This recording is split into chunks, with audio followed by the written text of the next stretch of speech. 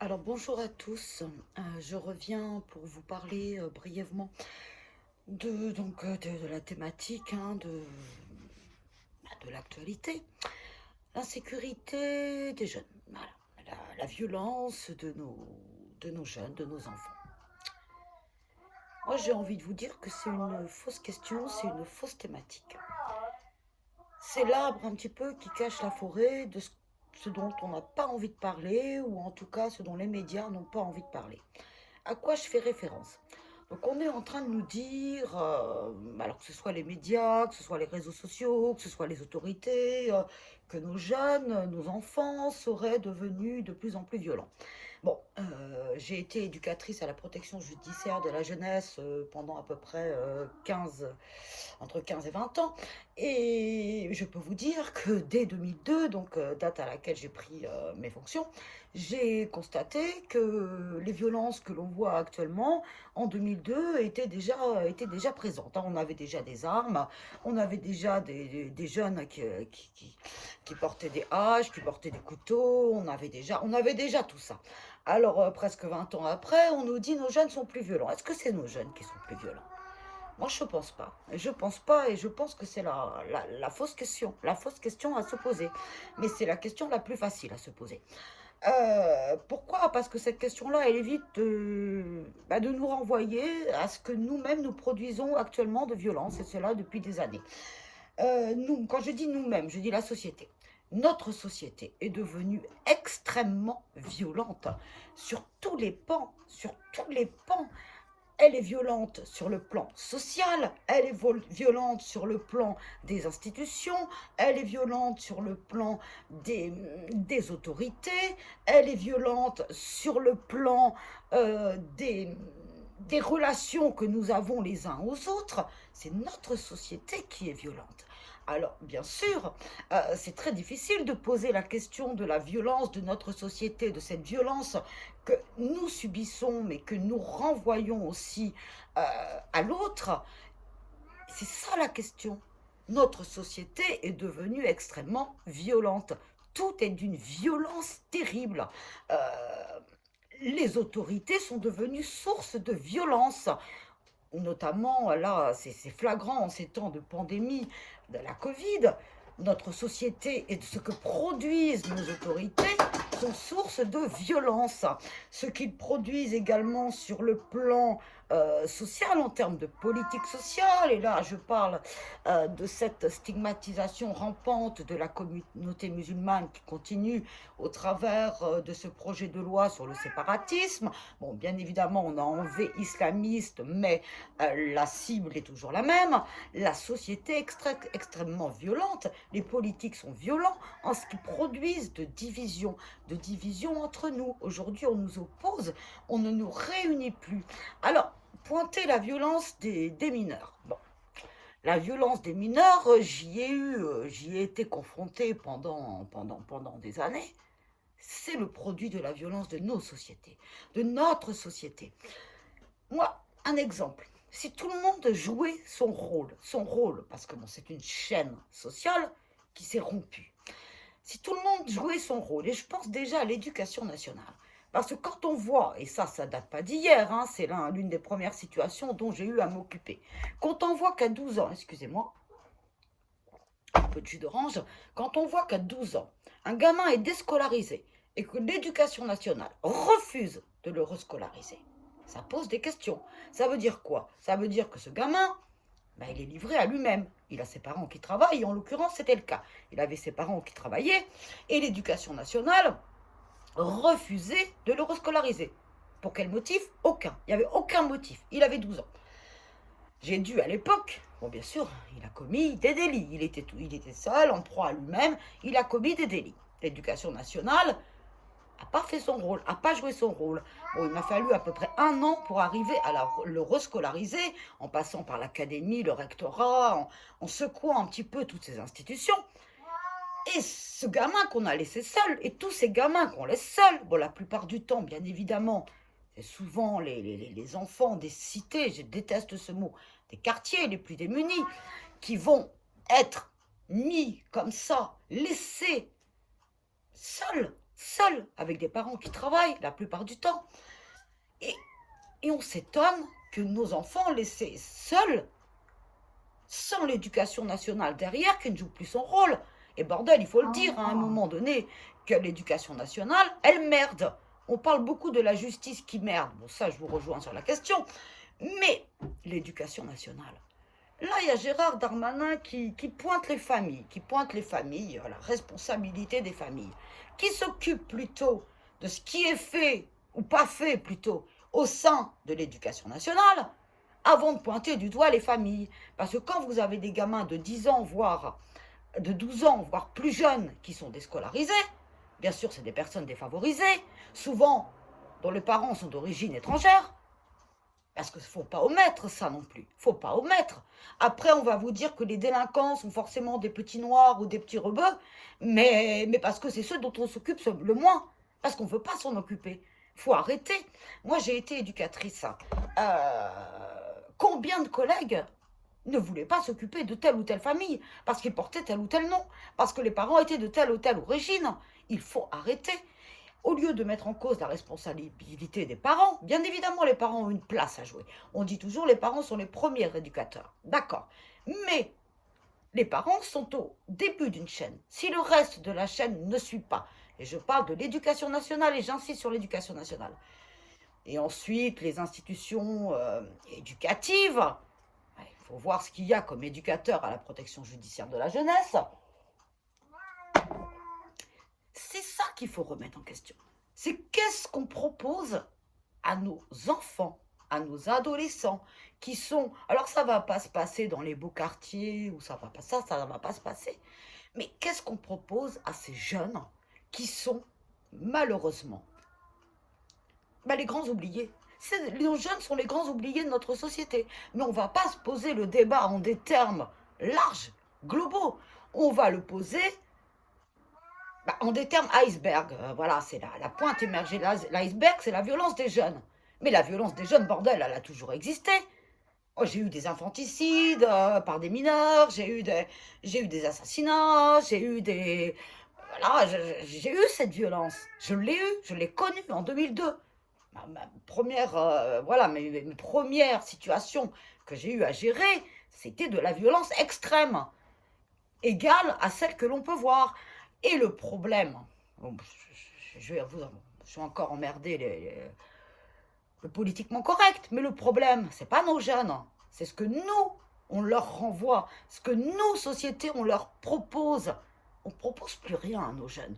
On les fout derrière un écran, et puis c'est tout. Et puis c'est tout. Posons-nous la question de ce que nous offrons à nos jeunes, pour que nous n'assistions plus à cette violence-là. Mais on ne peut pas se poser, les politiques ne peuvent pas poser la question. Parce qu'à nouveau, ça remet en cause tout ce qui a été fait, tout ce qui n'a pas été fait, plutôt depuis des décennies. Ça fait des décennies que c'est comme ça. Alors, ce ne sont pas nos jeunes qui sont violents, qui sont plus violents. C'est cette société, bordel, qui est de plus en plus violente. Comme je disais tout à l'heure, on nous oppose. On nous oppose en termes de religion, on nous oppose en termes de statut économique, statut social, on nous oppose en termes d'origine, on nous oppose en termes de tout, de culture, d'obédience politique, on nous oppose. Alors, dans une société où tout le monde ne vit pas l'un avec l'autre, mais l'un contre l'autre, évidemment, ça produit de la violence. Mais cette violence-là, que l'on pointe actuellement, qui est la violence des mineurs, arrêtons. Posons-nous la question du pourquoi, de la cause de cette violence. Cette violence-là, qui n'est pas plus importante que dans les années, quand j'ai commencé 2002, et les années qui ont suivi, elle n'est pas plus importante. C'est tout simplement que déjà, elle passe en boucle. Alors, on a l'impression que c'est plus important parce que aujourd'hui, c'est simple. On transforme un fait divers en affaire d'État. Mais des faits divers impliquant des mineurs, il y en a tous les jours, bordel. Il y en a tous les jours. Moi, j'ai eu un gamin qui a essayé de planter son père à la hache. On n'en a pas parlé. À l'époque, on n'en parlait pas. On n'en faisait pas des faits divers, des drames nationaux. C'était un fait divers. Et ça doit rester un fait divers. Et bien sûr, certains de nos jeunes passent à l'acte, comme les adultes passent à l'acte. Mais la vraie question, elle n'est pas dans cette soi-disant, parce que les partis politiques, notamment le Front National, le Rassemblement National, pardon, enfin pour moi ça n'a rien changé, Jean-Marie ou Marine, c'est exactement pareil. Le Rassemblement National, bien sûr, se joue de tout ça. Pourquoi? Parce que la plupart du temps, eh bien, ceux qui sont impliqués, on va dire que c'est les étrangers, que c'est ceux qui sont produits de l'immigration, qui vont... Posons-nous la question du pourquoi, aujourd'hui, on se limite, on se censure, ou les médias se censurent, ou nous censurent, pour parler du problème de fond. Le problème de fond, il n'est pas la violence de nos jeunes, il est la violence de la société. La société est extrêmement violente. Mais dire ça veut dire qu'on pointe autre chose que les mineurs. On pointe l'ensemble des dysfonctionnements sociétaux. L'ensemble. Et personne ne veut pointer l'ensemble des dysfonctionnements sociétaux, parce qu'on s'apercevra que depuis des années, c'est une politique de l'échec, ou comme dirait Emmanuel Macron, une doctrine de l'échec. Alors, au lieu là d'être en train de monter une fausse polémique sur la violence accrue de nos jeunes, posons-nous la question globale de la violence de la société. Ce regard que porte la société sur les individus qui la composent et le regard que les individus posent sur la société. Cette société est hyper violente. Et vous le constatez. À tout moment, vous pouvez constater cette violence. Allez, ne serait-ce que réclamer un dossier dans un palais de justice, que vous subirez cette violence sociétale. Allez à la mairie, que vous subirez cette violence. La violence, elle est partout. Et nos jeunes, cette violence supposée de nos enfants, ça reste des enfants, et n'oublions pas que l'éducation doit toujours prévaloir sur la sanction. C'est le principe de l'ordonnance du 2 février 1945, que d'ailleurs ce gouvernement envisage de réformer. C'est une grosse erreur pour ma part, toujours mettre l'éducatif avant la sanction. L'emprisonnement pour un mineur doit rester l'exception. Mais pour des effets d'affichage médiatique, on incarcère. Quand on a 14 ans, quand on a 15 ans, quand on a 16 ans, on est un enfant. Alors que notre société donne à nos enfants, peu importe le lieu où ils habitent, peu importe leur couleur de peau, qu'on leur donne les moyens de pouvoir avoir un autre choix. Et c'est même pas un choix, c'est comme une fatalité d'arriver un jour au passage à l'acte. C'est une fatalité. Alors, moi j'en ai marre des fatalités. Telle personne vit dans tel quartier et de telle origine, il va forcément passer par la case juge pour enfants. Non. Posons-nous la question, qu'est-ce qu'il y a aujourd'hui dans les quartiers? Est-ce qu'il y a encore des associations? Est-ce qu'il y a encore des éducateurs? Est-ce qu'il y a encore des médiateurs? Mais que dalle. L'État, les conseils généraux, les conseils départementaux ont coupé, les mairies ont coupé les subventions des associations qui allaient dans ces quartiers. Mais aujourd'hui, vous avez des éducateurs qui refusent d'aller dans les quartiers parce qu'ils ont peur. Mais c'est quoi ce truc-là? Si tu as peur, eh ben, tu fais pas éducateur. Si tu as peur des enfants, des mineurs, des jeunes, de leur famille, tu fais pas éducateur. Il y a un gros problème. Mais on ne se pose pas ces questions-là. On pose la question, oui, nos enfants sont violents. Mais si nos enfants sont violents, bon, je répète, ils ne le sont pas plus qu'avant, s'ils sont violents, c'est qu'il y a des causes. Il y a des causes. Et ça dure depuis des années. Alors moi, je pousse mon coup de gueule parce que c'est faux. C'est faux. En 2002, je vous dis, j'ai eu un gamin qui a essayé de planter son père à la hache. Voilà. Bon, j'ai eu des assassinats, j'ai eu des viols avec actes de torture de barbarie commis par des mineurs. Ça date pas d'hier, bordel. Les phénomènes de groupe, alors on appelle ça des phénomènes de bande, mais ça date pas d'hier. Avec des armes, ça date pas d'hier. Il y a 10 ans, il y a 15 ans, je traitais ces affaires-là. Alors faut arrêter de considérer que nos enfants, nos jeunes, sont des violents. La violence, elle vient de la société, celle qu'on produit, celle que les autorités nous construisent, celle de la censure que l'on s'impose, et celle de cette espèce d'acceptation sociétale floue, là. Moi, ça m'énerve, ça m'énerve. Alors, voilà, je voulais faire cette petite mise au point. Non, nos jeunes ne sont pas plus violents qu'avant. Les chiffres, d'ailleurs, le disent, hein. Il n'y a qu'à comparer. Il y avait, je crois, 62 000 mineurs présentés devant un juge pour enfants en 2015. En 2019, il y en a 69 000. Il n'y a pas d'augmentation exponentielle. C'est faux, c'est faux, c'est faux.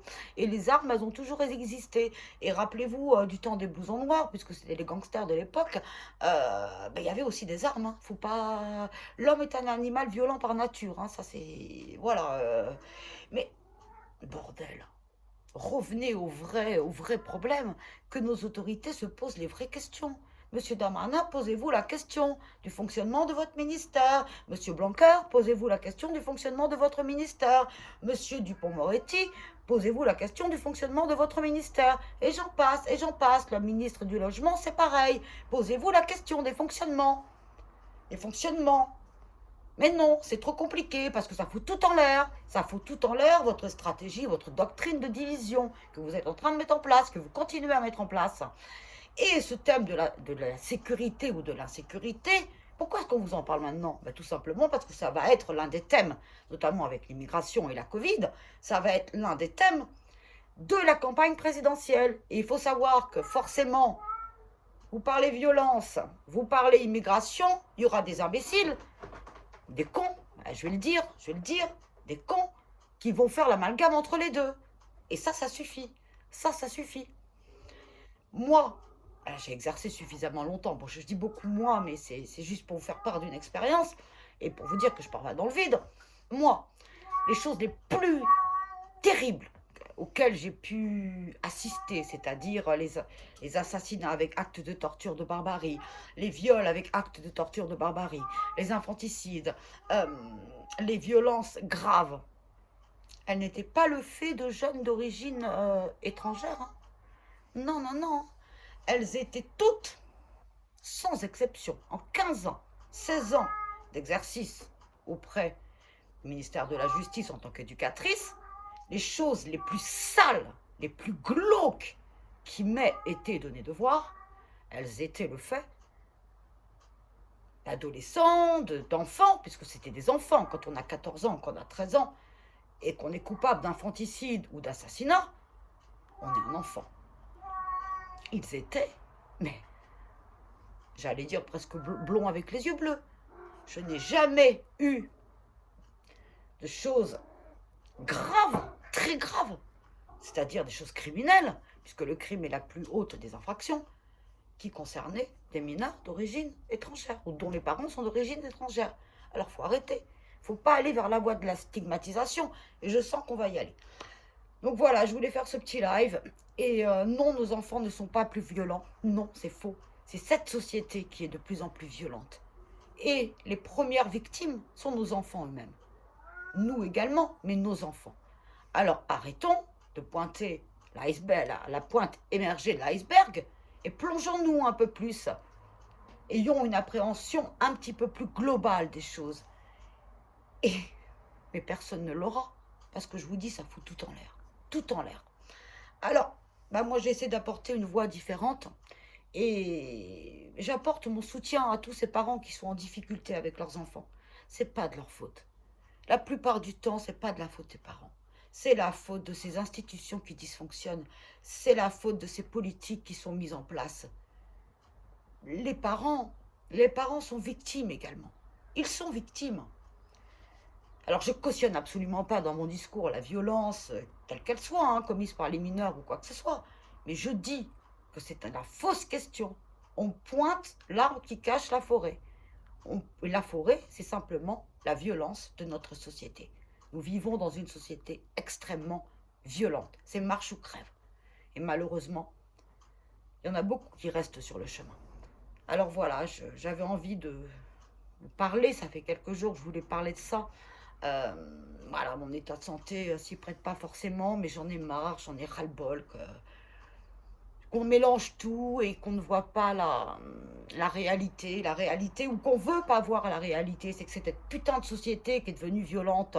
Mon ami va en course, un exemple, hein, tout simplement, l'autre jour, et il n'y a pas une dame, alors très française, hein, très bien sur elle, il n'y a pas une dame qui a décidé de passer devant tout le monde à la caisse, tout simplement, devant les personnes âgées, devant les personnes handicapées. Elle a décidé de passer par tout le monde. On était un dimanche. Et mon ami, qui est un petit peu comme moi, c'est-à-dire qu'il ouvre un petit peu sa bouche, lui demande au nom de quoi elle passe devant tout le monde. Et cette dame-là, pour seule réponse, elle lui a sorti sa carte bleu, blanc, rouge du ministère de la Justice. Et alors, en quoi le fait de travailler pour l'État donne une priorité? Mais elle n'était pas dans l'exercice de ses fonctions, à ce que je sache. Elle était un dimanche, comme vous et moi, en train de faire ses courses. Et cette dame-là, sous prétexte qu'elle travaille au ministère de la Justice, qu'elle était magistrate, sortant sa carte bleu, blanc, rouge, elle passait devant tout le monde. C'est de la violence, c'est de la violence. On nous produit de la violence tous les jours. Alors, s'il vous plaît, ouvrons notre horizon et ne pointons pas uniquement la violence de nos enfants. Voyons la violence de notre société. Et pour finir, bordel, aimons-nous les uns les autres, ça suffit. C'est quoi cette société? Mais tous les jours, j'ai envie de pousser un coup de gueule. Ces professeurs de Sciences Po islamophobes, là. C'est quoi ce bordel? C'est quoi ça? C'est quoi ce monde qu'on prépare à nos enfants? C'est quoi? Il faut apprendre la tolérance, il faut apprendre la différence, il faut apprendre l'acceptation de l'autre. Et on est en train de faire le contraire. Je suis en colère tous les jours. Tous les jours, il y a quelque chose qui me met en colère dans cette société. Et dans ce qui est relayé par les médias. Dans ce qu'on entend dans la voix, dans la bouche des politiques. Je n'en peux plus.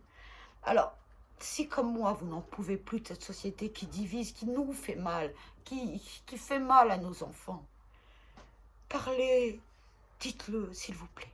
Me laissez pas seule. Excellente journée à vous. Je suis fatiguée, je suis obligée d'abréger ce live. Mais ouvrez les yeux, s'il vous plaît, avant que ce soit trop tard. Ouvrez les yeux. Nos enfants ne sont pas plus violents qu'il y a 20 ans. Notre société est plus violente. Ça, c'est un fait. Je vous remercie. Prenez soin de vous. Continuez à vous protéger. La maladie est toujours là. Le virus est toujours là. Soyez solidaires. L'État ne fera pas les choses à votre place. Ça, c'est certain également. Je vous remercie. Excellente fin de journée à vous. Merci.